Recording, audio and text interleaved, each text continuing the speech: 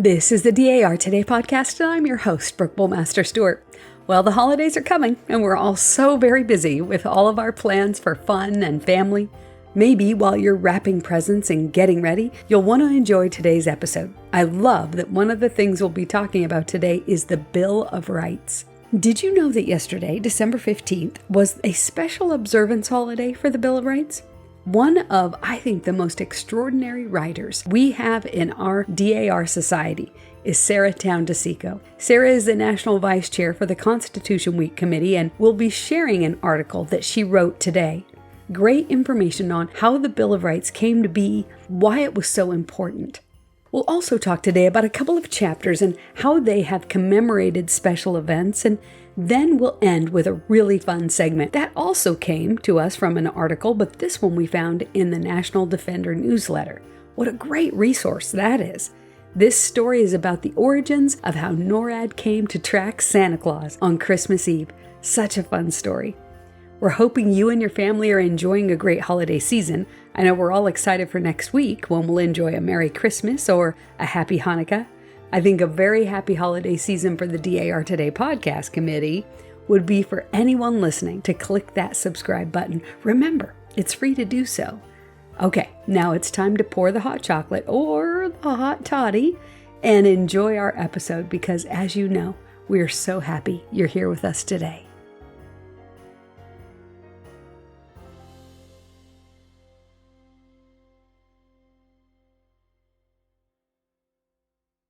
On the 12th of September, 1787, the delegates to the Second Continental Congress in Philadelphia were heartened. After enduring a long, hot summer of endless debate, their work drafting the Constitution was finally coming to an end. Then George Mason of Virginia rose and requested to speak. He said, "I cannot support this Constitution as written. There is no Declaration of Rights. The great powers given the executive, the legislative, and the judiciary will trample the rights and liberties of the people." Well, George Washington looked at his friend in amazement. James Madison sputtered, appalled at Mason's statement. Mason continued, "I request a vote to append to this Constitution a Declaration of Rights." His request carried, but only 2 delegates joined him in the vote. The rest thought he'd either lost his mind or couldn't imagine spending another round of weeks debating and writing such a declaration. However, when the Constitution was presented to the states for ratification, much of the general population agreed with George Mason. Did they sacrifice and suffer through years of war only to install a government that could strip them of their lately won rights? Alexander Hamilton argued in vain that the Constitution's "We the People" preamble made it clear that the Constitution was only ordering the works of the people's government for their own benefit, rather than, quote, regulating every species of personal and private concern, end quote. James Madison pointed out that Americans held rights by virtue of birth, unalienable rights. Not only was it impossible to list all of the rights a person was bequeathed at birth, previous Bill of Rights conferred rights from monarchs to their subjects. A Bill of Rights wasn't needed now. The Declaration of Independence made that plain. But in January 1788, ratification of the new Constitution sailed through 5 states' legislatures despite citizens' concerns. In the other states, though ratification stalled, the press was filled with arguments for and against a declaration or Bill of Rights. Didn't many state constitutions have a Bill of Rights? Why shouldn't this new federal government too? Was what many said. Arguments grew so heated, fistfights broke out in the streets and in state houses. Finally, 6 more states voted for ratification, exceeding the 9 total required to form a new government under the Constitution, yet all required it to be amended to protect certain rights. Rhode Island and North Carolina decided to wait until any amendments passed by the first Congress were sent to the states for ratification before they'd consider ratifying the Constitution itself. Well, James Madison faced a dilemma. He'd argued strongly against the Bill of Rights, yet now with voters and states demanding such a document, not only was his own ambition to be elected to the very first session of Congress imperiled, but also that of the entire Union of States, this new country unified under this Constitution. He decided to take his friend Thomas Jefferson's advice. Quote, A Bill of Rights is what the people are entitled to against any government on earth, and what no government should refuse on inference." End quote. Running on a platform to amend the Constitution, Madison won his seat. He determined to fulfill his promise and ensure the Union held under the new Constitution.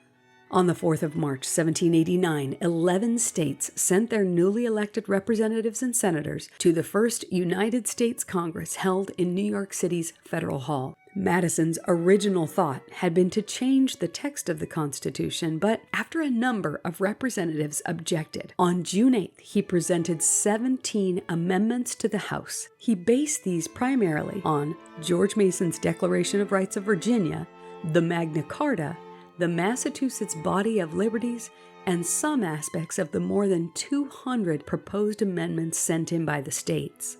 He wrote all 17 in clear, concise English so that the provisions could be easily understood by all. The House voted to send these amendments to the Senate. The Senate passed 12 by August. These were sent to the states for ratification, and by December 15, 1791, all 13 states had ratified 10. These 10 form the Bill of Rights. Today, the Bill of Rights is often viewed as a natural extension of the United States Constitution. Indeed, for some, its provisions are better known than those in the Constitution. Yet, had it not been for the courage of George Mason, the fervent support of his demand for a Declaration of Rights by so many throughout the states, and the skillful pen of James Madison, these rights might never have been so articulately granted. In the words of Elbridge Gerry, who voted with Mason that September day in 1787, "It must be admitted that a free people are the proper guardians of their rights and liberties." End quote. It is up to us to remember that we are the guardians of the Bill of Rights and to act accordingly. After all, if we believe we are the people, we are responsible to ensure that government works for us and our inalienable rights are never abridged.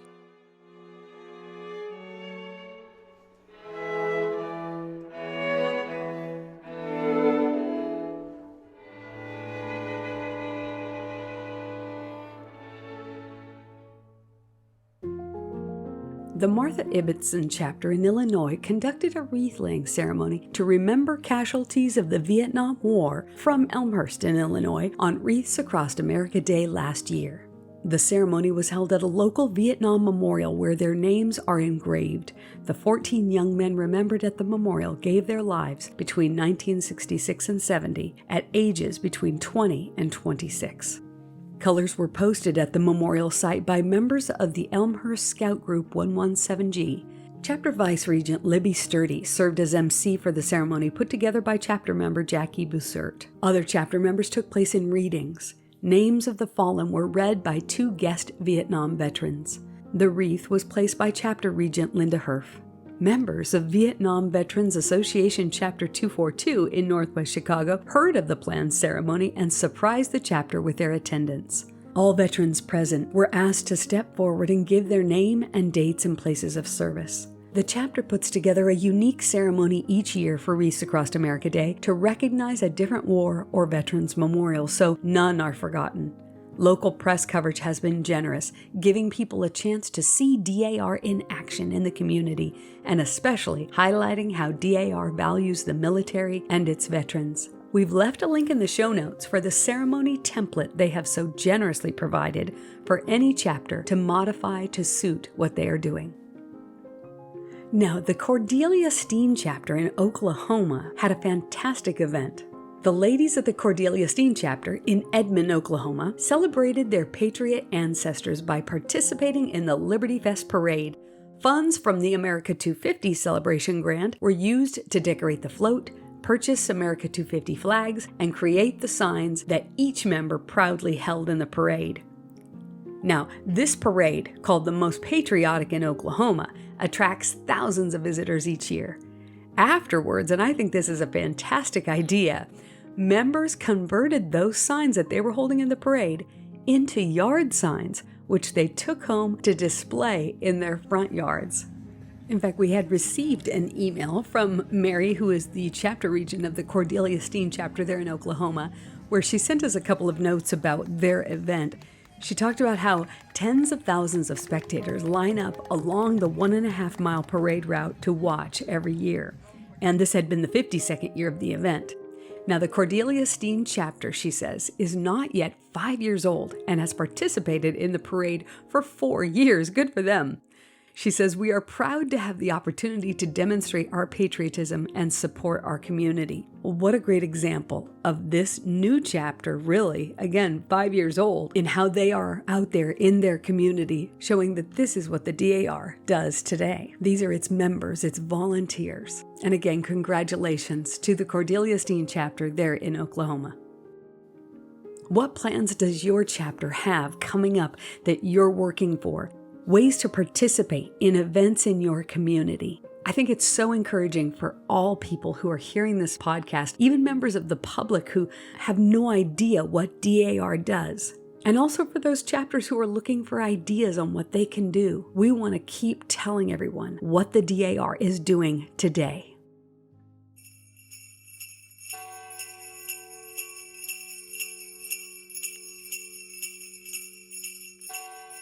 It's Christmas time, 1955, among the tensest, coldest days of the Cold War.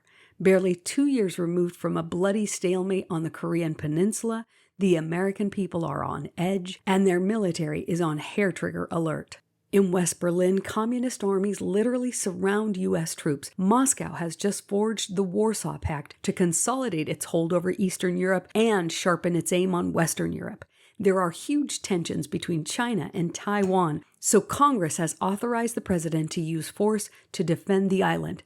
At the newly minted Continental Air Defense Command in Colorado, known as CONAD, which is the forerunner to NORAD, U.S. personnel are scanning the skies above the Arctic for inbound Soviet bombers. In the midst of all that tension and anger, a special phone line at CONAD rings. U.S. Air Force Colonel Harry Shoup is the man charged with answering the phone and serving as America's first line of defense. He braces for the worst, as the only people that should call that line is a 4-star general or the Pentagon. And in this climate, the fear was that they would be warning of an atomic attack. Shoup picks up the phone and answers smartly, "Yes, sir, this is Colonel Shoup." But there's no one on the other line. Again, he says, "Sir, this is Colonel Shoup." And then followed by, "Sir, can you read me all right?" His concern grows. Finally, a voice breaks the silence and tension, but it's not what Shoup expects. "Are you really Santa Claus?" the voice says. Well, this is the story of how NORAD became the official tracker of Santa Claus and all of his travels around North America. The Santa Tracker tradition started with a misprinted Sears advertisement which instructed children to call Santa on what turned out to be, of course, a secret military hotline. Come to find out, the newspaper misprint had the number just 1 digit off. And of course, it just so happened to be the NORAD secret line. Well, as we said, the child kept saying, "Is this really Santa Claus?" Now, Colonel Shoup's children remember him as a straight-laced and disciplined man, and he was fairly annoyed by the call, thinking it was a joke. Then, after a while, the child started crying. And once he realized it wasn't a joke, he talked to the child and finally asked to speak to his mother. The mother let Shoup know that the phone number to call Santa was in that Sears ad. He looked it up, and there it was, his red phone top secret phone number. Well, children started calling that night, one after the other, so he put a couple of airmen onto the phones to act like Santa Claus. It turned into a big joke at the command center that they were answering Santa calls. Well, eventually the colonel called a radio station, identified himself as the commander at the Combat Alert Center, and reported an unidentified flying object had been spotted. He then said it looked like a sleigh. The radio stations called him then about every hour after that, asking, "Where's Santa now? Where's Santa now?" The airman had a big glass board with the United States and Canada on it and would track airplanes as they came in, but now they were also tracking Santa. Well, over the decades, the tools and technology used to track Santa have progressed. The Santa Tracker became so popular that besides getting thousands of calls, It even got its own website, which receives millions of visits every year. Today in the 21st century, NORAD allows users to track Santa through emails, smart devices, and social media accounts. Each Christmas Eve, NORAD's effort to monitor and protect Santa is staffed by volunteers who answer over 100,000 phone calls, an average of more than one incoming call for every second of the day from curious children worldwide.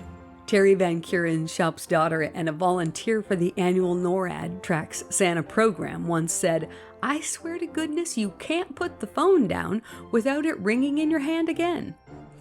Well, how fun to be one of these volunteers. And hey, if you did that, you could count that time in your Service to America hours.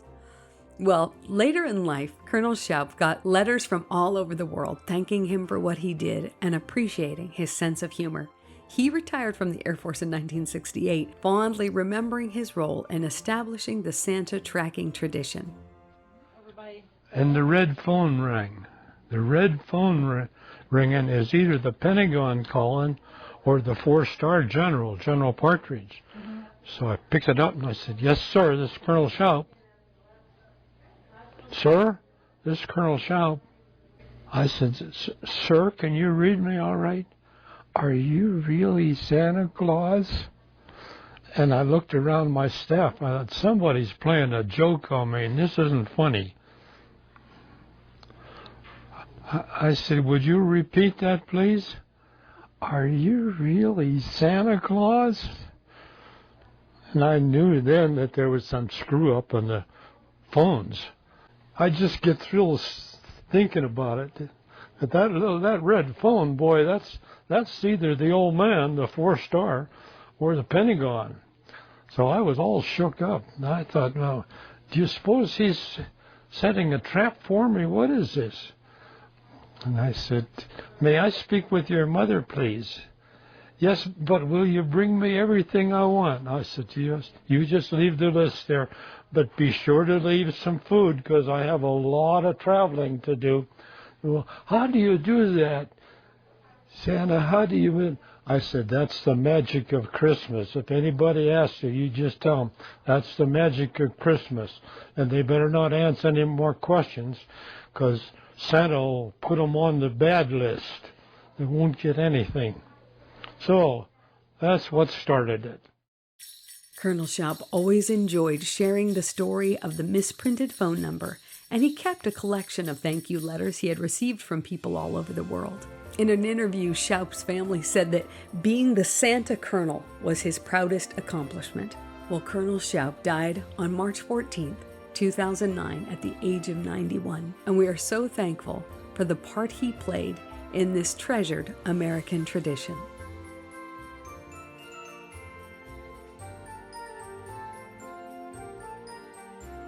Well, we leave you today with this quote by Washington Irving. "Christmas is the season for kindling the fire of hospitality." Well, thanks for listening and be well, dear friends. Let's celebrate the stars and stripes forever and remember, with all of your ancestors behind you, you are the result of the love of thousands. Well, this podcast was written and produced by our incredible team of writers and editors, and we are, as always, so grateful for President General Pamela Edwards Rouse Wright and Historian General Suzanne Heskey for their constant guidance, to Sandy Raynor and the National Defender newsletter for most of the information about the history of NORAD and the Santa Tracker tradition, and special thanks to Sarah Towne DiCicco for her incredible article about the Bill of Rights, and to Mary Poulain for her information about their chapter in Oklahoma. Thank you all for being so generous with your time. The National Society Daughters of the American Revolution is a non-profit, non-political, volunteer women's service organization dedicated to preserving our American history, to securing the nation's future through better education, and promoting American patriotism. Members are all lineal descendants of those who supported the cause of independence in the Revolutionary War. For more information, please visit dar.org. This is the DAR Today podcast.